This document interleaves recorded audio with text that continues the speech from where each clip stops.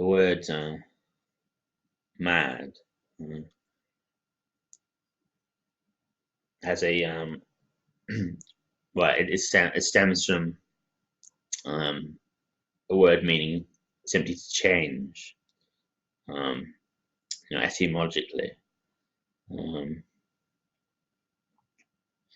and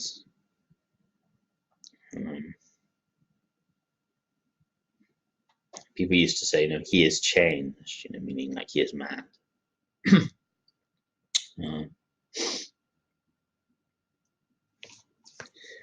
So that's something that I discuss in my book, and I think it's very pertinent.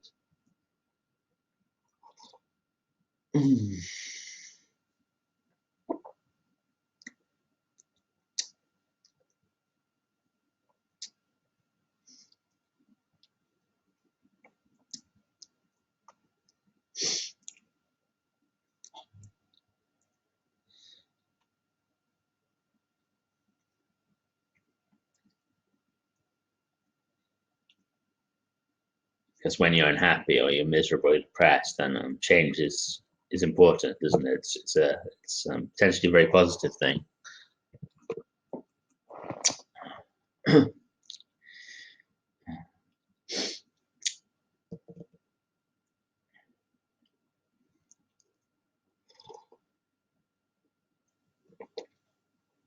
So going back to the cover of my book, just the other symbol that I should just point out, draw attention to, is the kind of staff and with the snakes around it on Nietzsche's forehead. That's I may be pronouncing it totally wrong. In fact, I'm not very good with pronunciations. I sometimes just completely mess them up and fall flat on my face with them. But it's like a seduceus or caduceus or something sign. It's called, and it's actually a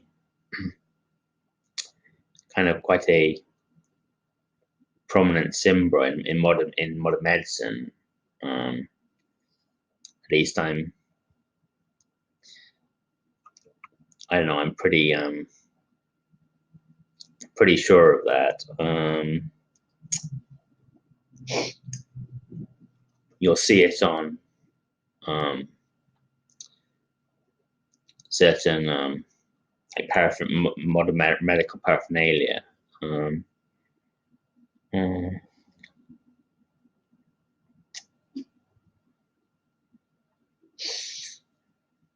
should probably like try and find some examples of that, but then it's also actually a well-known satanic symbol. It's like in the writings of Aleister Crowley, and it's in fact an ancient symbol. It's like like I say, it's a staff and snakes, and it has a traditional kind of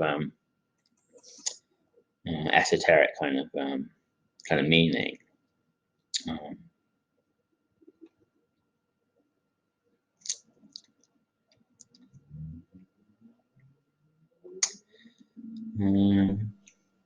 It's a magical symbol, and I mean the word pharmacy, comes from the Greek word pharmakon, which literally meant sorcery. So there's this strange kind of connection there, which I have actually kind of not overly emphasized in the book at all. In fact, I've not even mentioned it. I've just stuck that symbol on the cover because I didn't want to seem too paranoid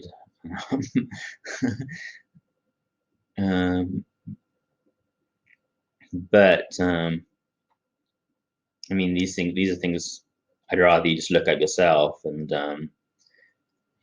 confirm, to be true yourself, rather than me kind of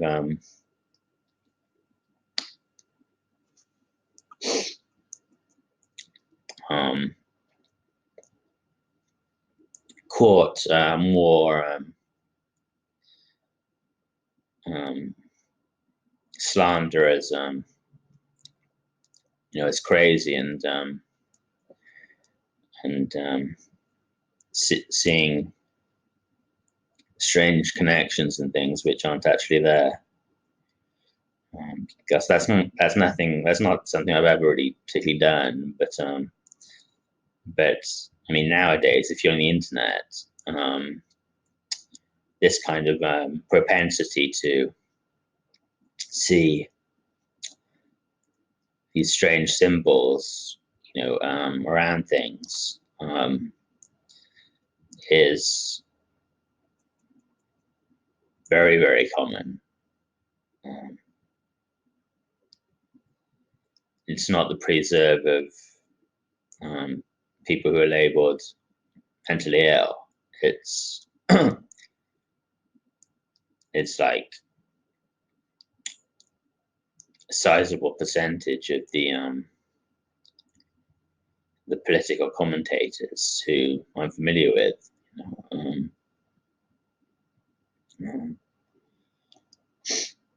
And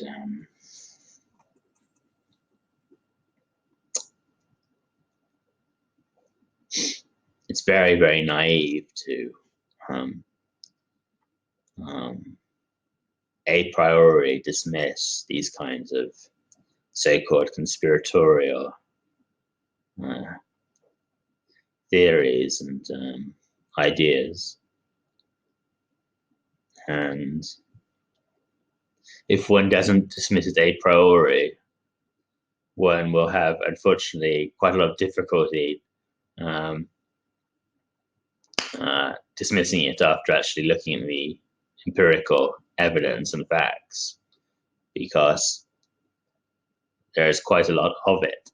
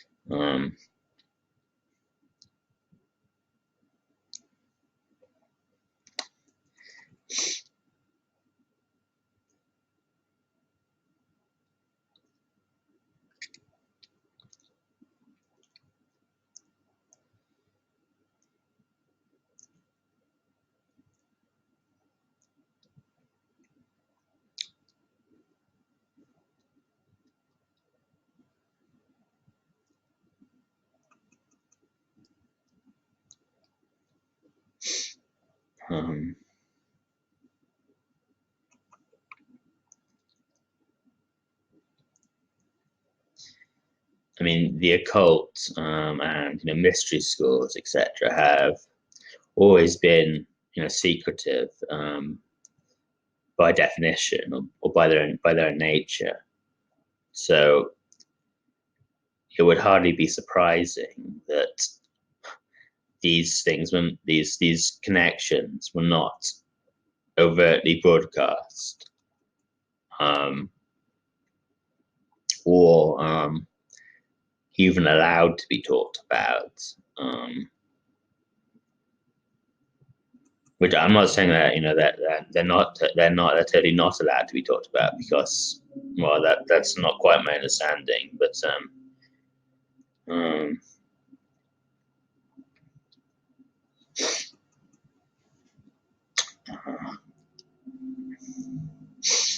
but the fact that they should be, publicly disavowed and not held to be, the generally accepted opinion, it can't be surprising, with something which is inherently a mystery school.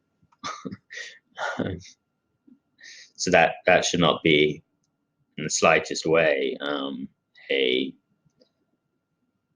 counter argument even to these kind of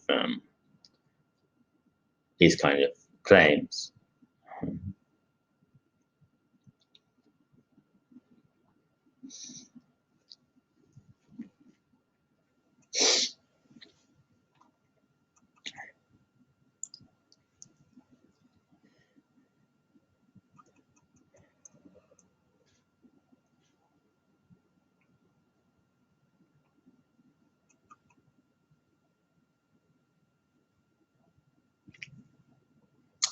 And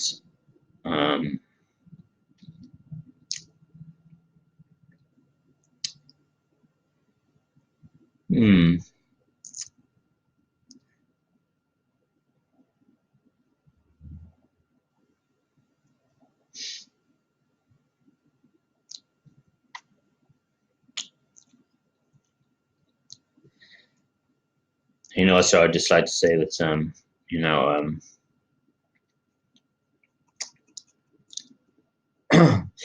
I mean, I don't know, a couple of arguments. I mean, first of all, the general low level of public discourse and the overt ideologies in society, that itself would indicate that those who it would indicate that if there is actually a kind of more secretive kind of teaching, which is likely to be in fact more true and more correct, because I mean it can hardly be less correct and less true than the overt one in society. It would stand to reason that this kind of teaching and the people who understand it and have been initiated into it would, in fact, exert, more power in society. They would, in fact, be amongst its leaders or secret leaders, because knowledge is power, right? And people who have tried kind of these kind of spiritual kind of techniques, which they're not exclusive to I suppose secret societies or mystery cults, because you also see them broadcast to some extent publicly in Buddhist teachings, or that kind of, or other places. But for people who are who have tried these kind of these spiritual techniques, seeking enlightenment through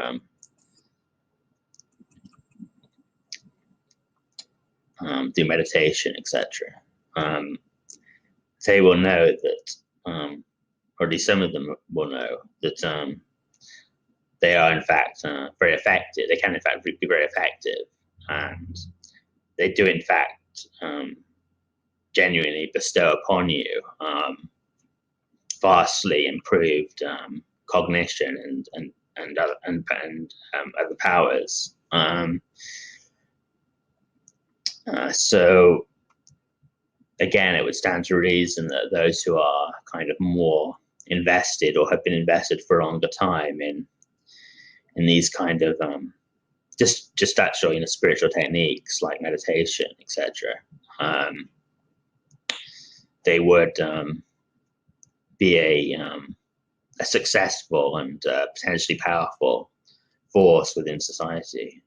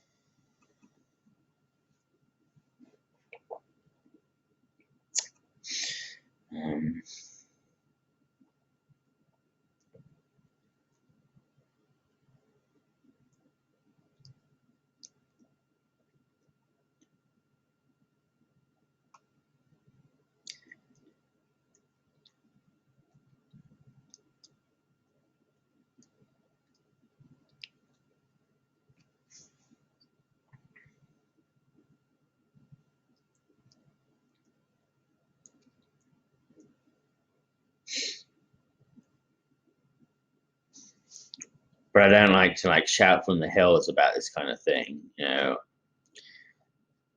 because obviously it's associated with madness already.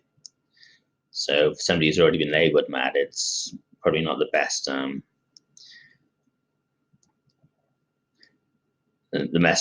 way to market himself. Not that that's generally stopping me, but so that's one thing, and then also the fact that, you know, I don't subscribe to the notion that, you know, these organizations are terribly, terribly evil or something like that. I mean, there could be some aspect of that, but on the other hand, to me, you know, knowledge and enlightenment is generally a very, very positive and beautiful thing. So, you know, I see a lot of positive aspects in the idea that the world might be kind of secretly run by those who actually have genuine kind of insight and knowledge into mysteries that other people don't that other people are oblivious to.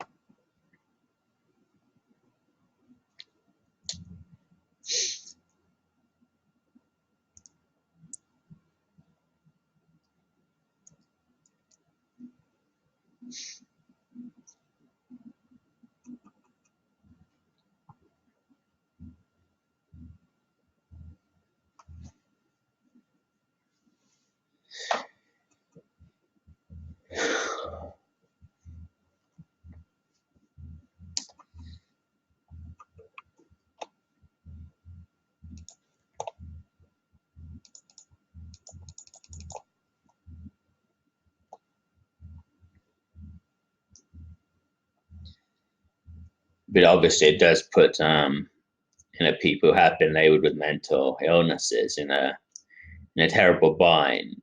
I mean, because um, um,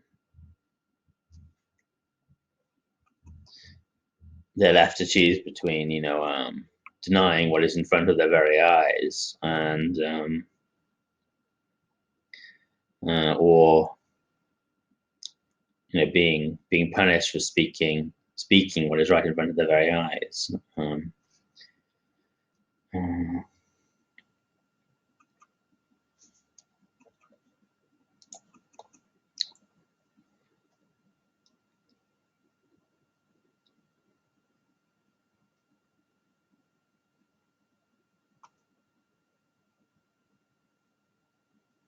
And yeah, and the whole and like so much of society, as I say, is saying these same things anyway. You know, it's just kind of like it's just bad luck. You know, you get labeled mentally ill, and then suddenly, you know, you can't speak about the things that really, really interest you. That, you know, everybody else is kind of making kind of like secret hand gestures about anyway.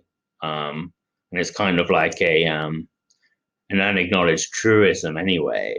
You know, but for some reason, you know, you're not allowed to believe it. Simply because you kind of, I don't know, you went dancing down the street naked one evening, or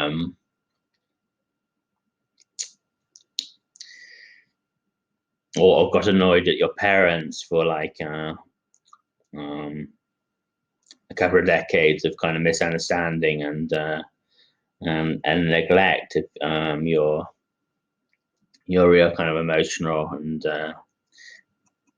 higher kind of needs. And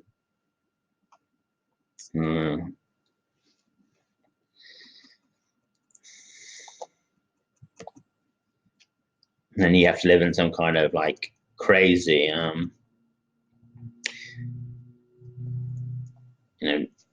two-faced hypocritical world for the rest of your life.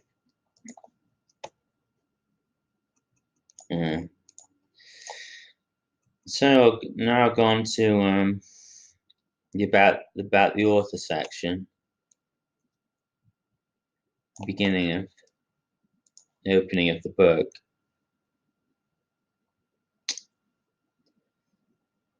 I'll read it out.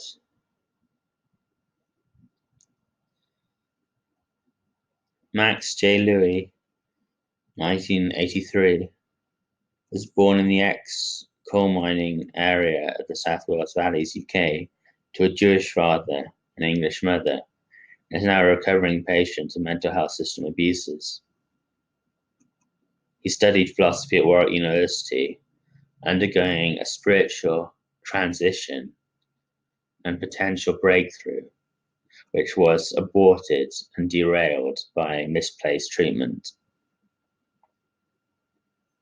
He spent 6 months living on the street as a runaway from NHS services in Brighton. He self-published his first book of poetry, Madness, a Form of Love, last year, detailing his ordeals as a form of therapy. At poetry, not pills. At meditation, not sedation. As a form of therapy and defense, and is the winner of Realistic Poetry's 2018 Perspectives of Love poetry contest for the poem Rivers of Eternity for RW. While currently spending his time writing poetry and philosophy about mental health, he is also considering retraining to work in the field of artificial intelligence. Although, as he says himself, his intelligence is already highly artificial. In his spare time, he plays tennis, drinks pure cacao, sweetened with manuka honey, along with various other herbal remedies and holistic health rituals, and avoids doctors at all costs.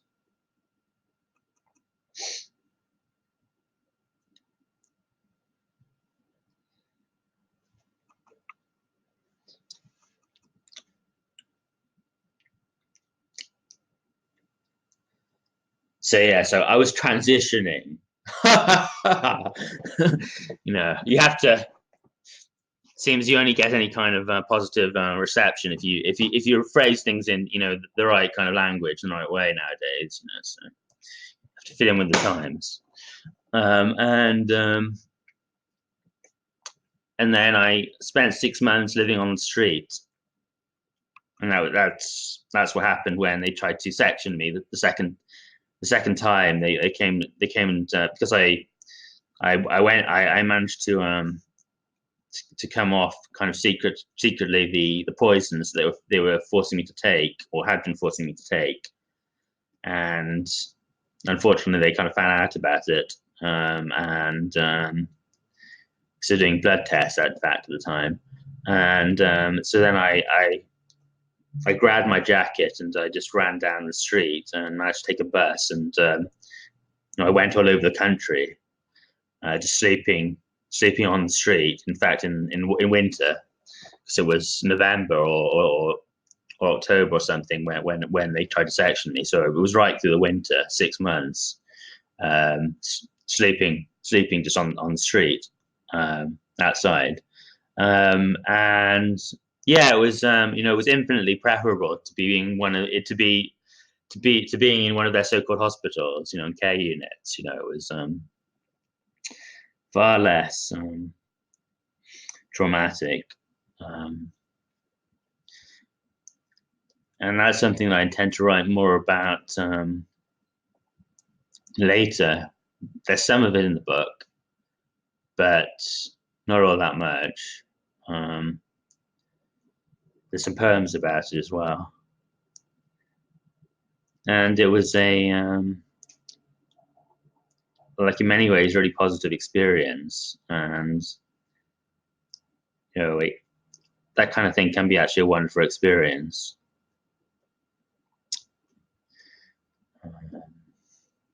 Because to me, actually, what I associate it with, and is the kind of the Buddha, living in poverty, but spiritual riches, just meditating on the side of the street, renouncing worldly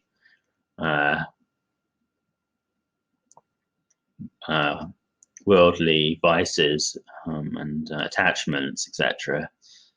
And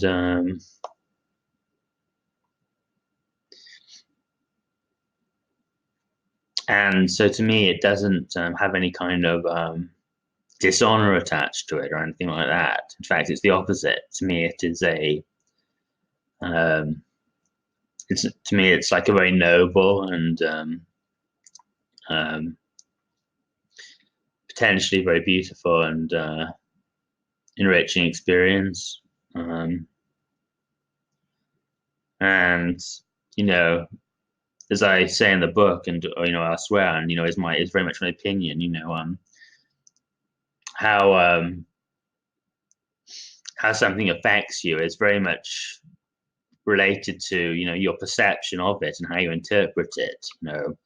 Which applies with many more things than people most people seem to understand or are willing to even consider. But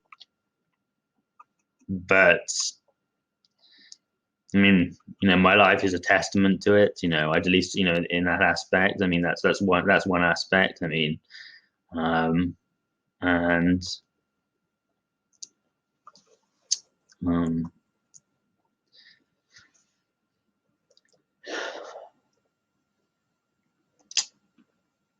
just seems to it seems so evidently true.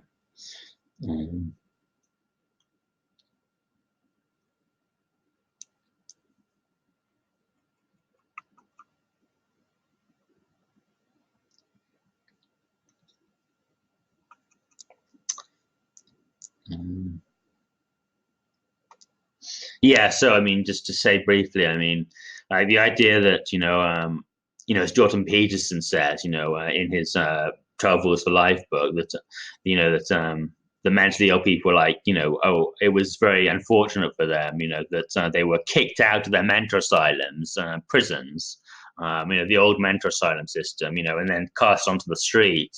He says something like that in his book 12 Rules for Life. That this was like a very bad thing, or I mean, I think Jordan Peterson is totally shows his limitations terribly on that point. I mean, he shows it's remarkable because I really like Jordan Peterson, and I think he says so many wonderful things, and he throws so much light on subjects, and it's obviously such a really deep and serious kind of thinker and man, very conscientious. But on that subject, it really shows he still can be very conventional, and he is still actually in fact guilty of some of the criticisms which are leveled at him, which is that he's a little bit he is a little bit, in fact, conformist himself to certain, social strictures, perhaps slightly more old-fashioned social strictures, rather than being entirely, enlightened and, having overcome conventional morality and custom in the way that Nietzsche exhorted us to, and which Jordan Peterson claims to have kind of really taken to heart. And he has gone quite, he has done that to some degree, obviously. But yes, but the idea that that people who label Manchuria were better off in the old-fashioned asylums than they are on the street is just I've experienced those two kind of things, and I would live like living on the street is like literally, I don't know, 1,000 times preferable. It's even in winter, without any kind of state benefit, because I couldn't even pick up my state benefit because I was like on the run from the authorities. I was hiding. Even under those circumstances, it's like 1,000 or 10,000 times preferable. It's such a conventional attitude to pour scorn and pity on people who live on the street. I mean, it's so materialistic and conventional minded to think like that. And like I say, there's a whole other tradition whereby these people are like holy beggars. They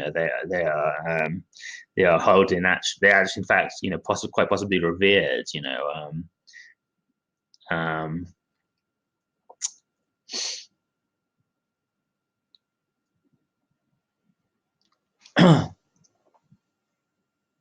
And I've written some poems about that, and I'll probably explain my views on the subject in a bit more thoroughly and clearly when I read those poems. And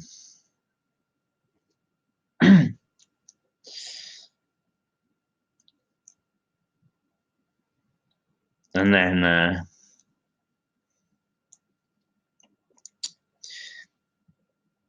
my book, which I released last year, was a poetry book, Madness, a Form of Love. And that rests on an idea which I pick up more in this book as well to some extent. And it contains some poems which I think are quite good, but like my writing style is very idiosyncratic, and it's doesn't really fit in with the kind of poetry that's generally written nowadays. For instance, in actual like literary circles, etc. And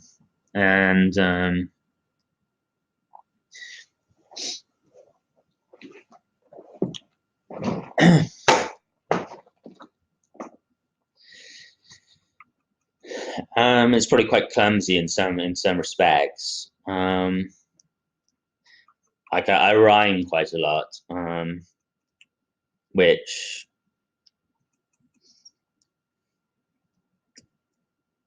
can seem a bit clumsy.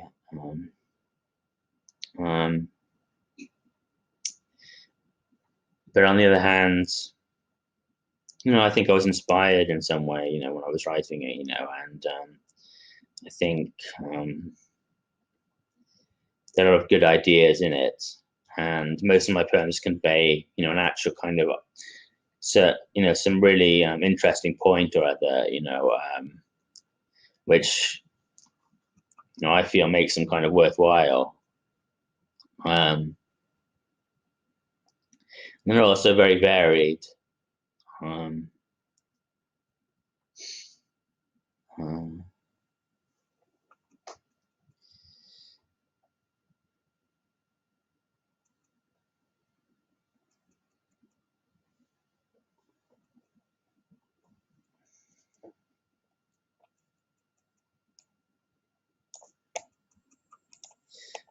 And yeah, the first 100 pages of this book is in fact like my best poems. And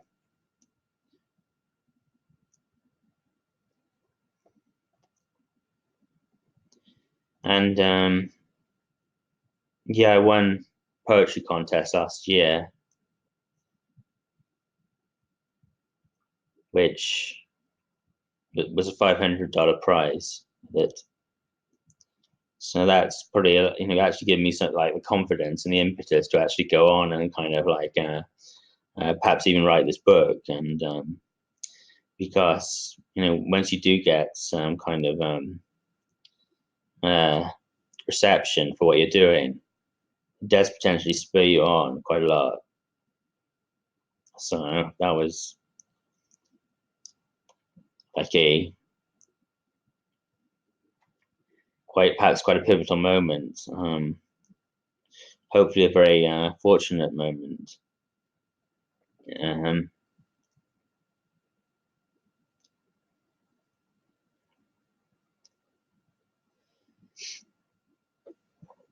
and yeah, I mentioned artificial intelligence because I think that is so important to understand. The kind of changes that we can expect in society or in the universe over the next few decades or so, because um,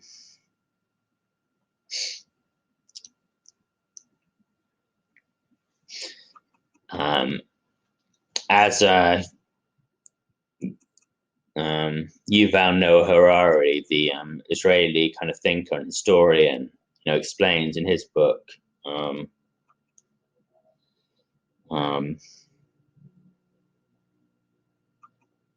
about the coming decades. We can expect artificial intelligence to surpass human intelligence. That is a very realistic prediction, and so it holds out the possibility of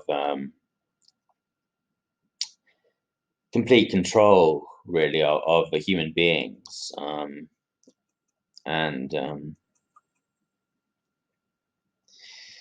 kind of circumventing their own kind of free will. And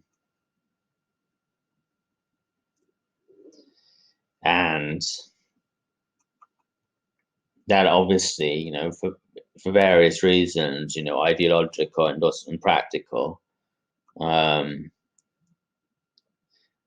represents a great change and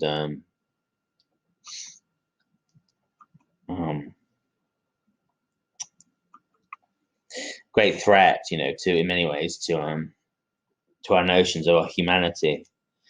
And it's so important to actually be aware of these things and to, hopefully to try and, as a society, the aim would be to try and steer these things to the least harmful outcome possible, and hopefully in a way that somehow protects human freedom.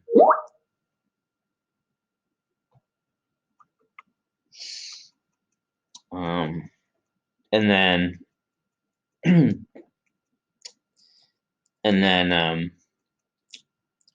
also the idea of like a god AI, the singularity, as Ray Kurzweil calls it.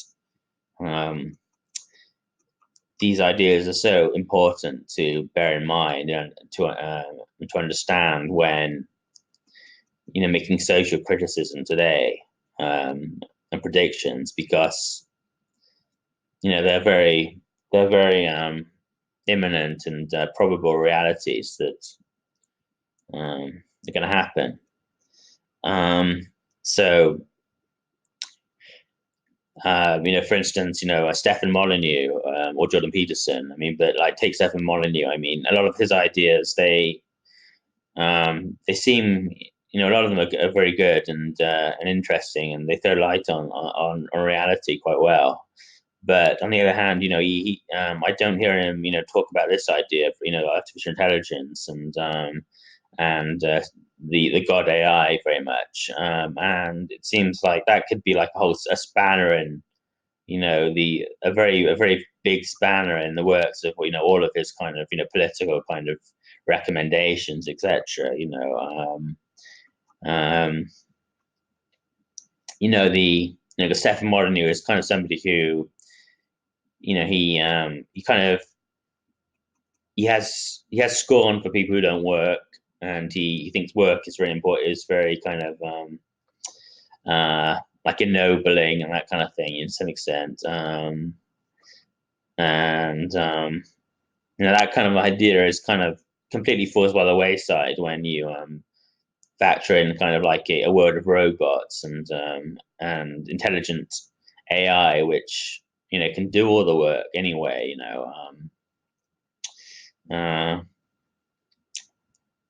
And then Jordan Peterson doesn't really mention this idea very much either, which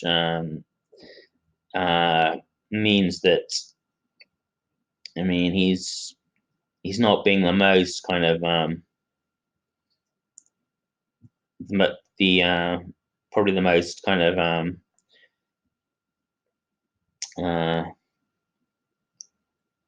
accurately representing of the reality that the society is actually going to be taking.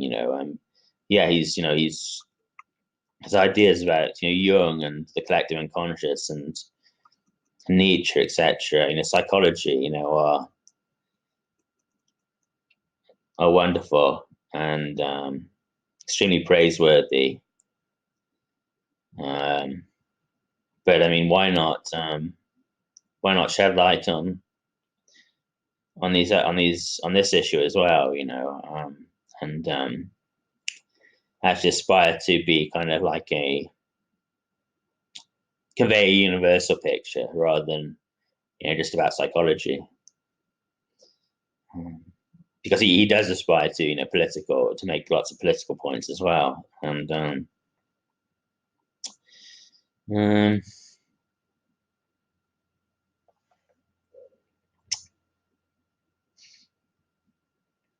then so yeah, I've put something about when I'm in my spare time. I play tennis, drink pure cacao, sweet with honey, etc. I guess.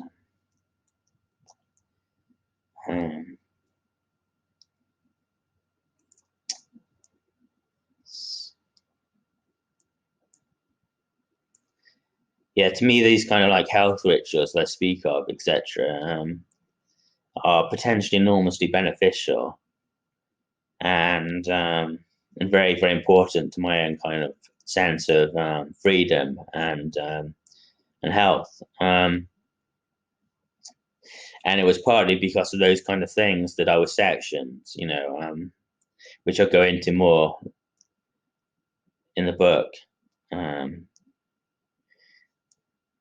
But healthy diet is so very important, and there are in fact like some very particularly nutritious and certain kind of foods which can really give you a real boost. And this sort of thing is all kind of suppressed by psychiatry and the mainstream health establishment. They don't like the competition, and they're not actually educated in diet at all, which is hilarious because diet is in fact the true medicine. As it's often been said. And and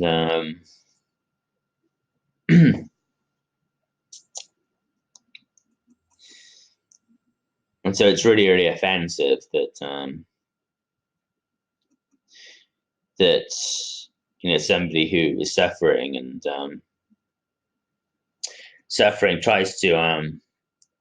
tries to like improve their condition by paying attention to their diet, and as a result they are kind of castigated for it and sectioned. It's so wrong, so horrible. And that's what's happened. That's what happened to me. And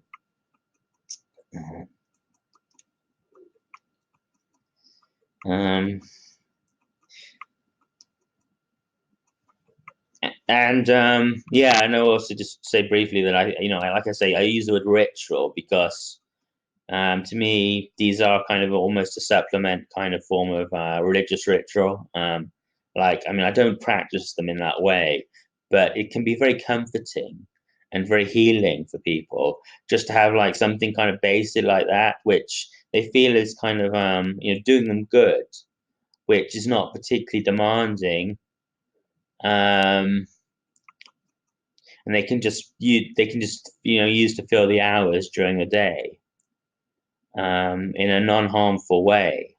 Um, um, because otherwise people just like not know how to fill the hours of the day, and they'll be in despair, and etc. So if people can, I don't know, believe a little bit that these things might heal them, and help them, on a physical level perhaps, or on a physical, mental, spiritual level, if they can just believe that a bit, um, then it can actually happen, and it can be a self-fulfilling prophecy in that way, the placebo effect, and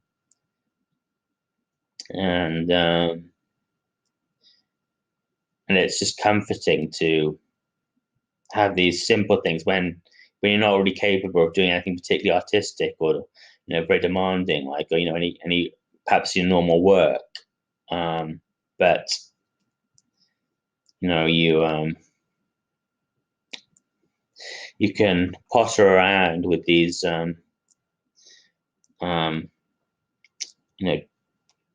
chocolate powders, etc., and be kind to yourself, in that way.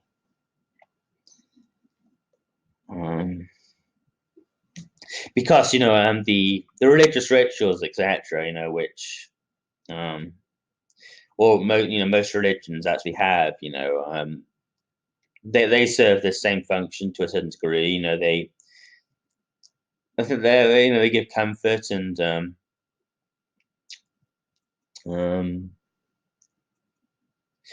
kind of a placebo effect, perhaps, and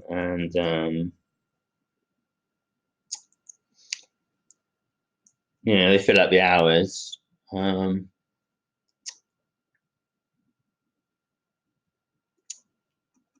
And we've lost that, to a large extent with, a modern society.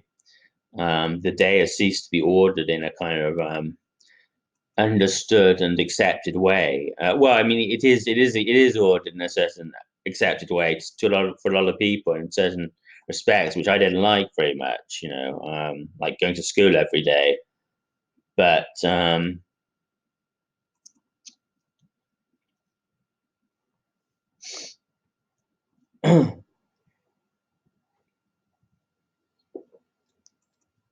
but I mean, maybe we've lost some things as well, and there are kind of better ways to think about ordering it, which maybe was present in some of the older religions. And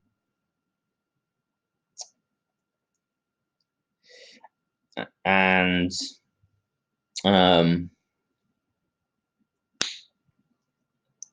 mean, it's very important that the person, the individual, feels kind of like they understand, or they feel kind of a oneness with these kind of prescriptions and rituals. If they're kind of if you just feel they're forced on you, or you don't really see the point in them, then they're probably going to be a negative thing. But if you choose them voluntarily, like like I say, these health rituals, or if like you belong to a religion which you really feel kind of a real unity with, and it's part of yourself, and links you to your ancestors, etc., then these kind of rituals that go along with it can be probably very, very comforting.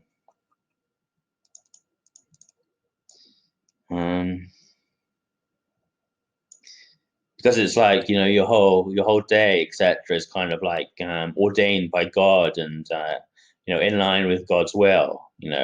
Just as like when I do these when I like drink kind of chocolate powders, etc. Well, I feel that like my day is linked in with is kind of in harmony with my kind of actual in a certain sense my own understanding of God's will, but not necessarily God in a traditional sense, but just kind of like what is right for me.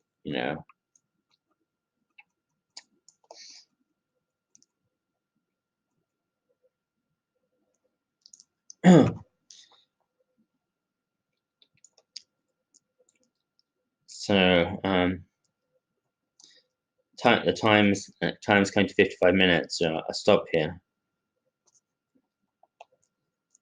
Try and speed up some of this commentary because I'm not getting very far, but this is intended to be like a very long series.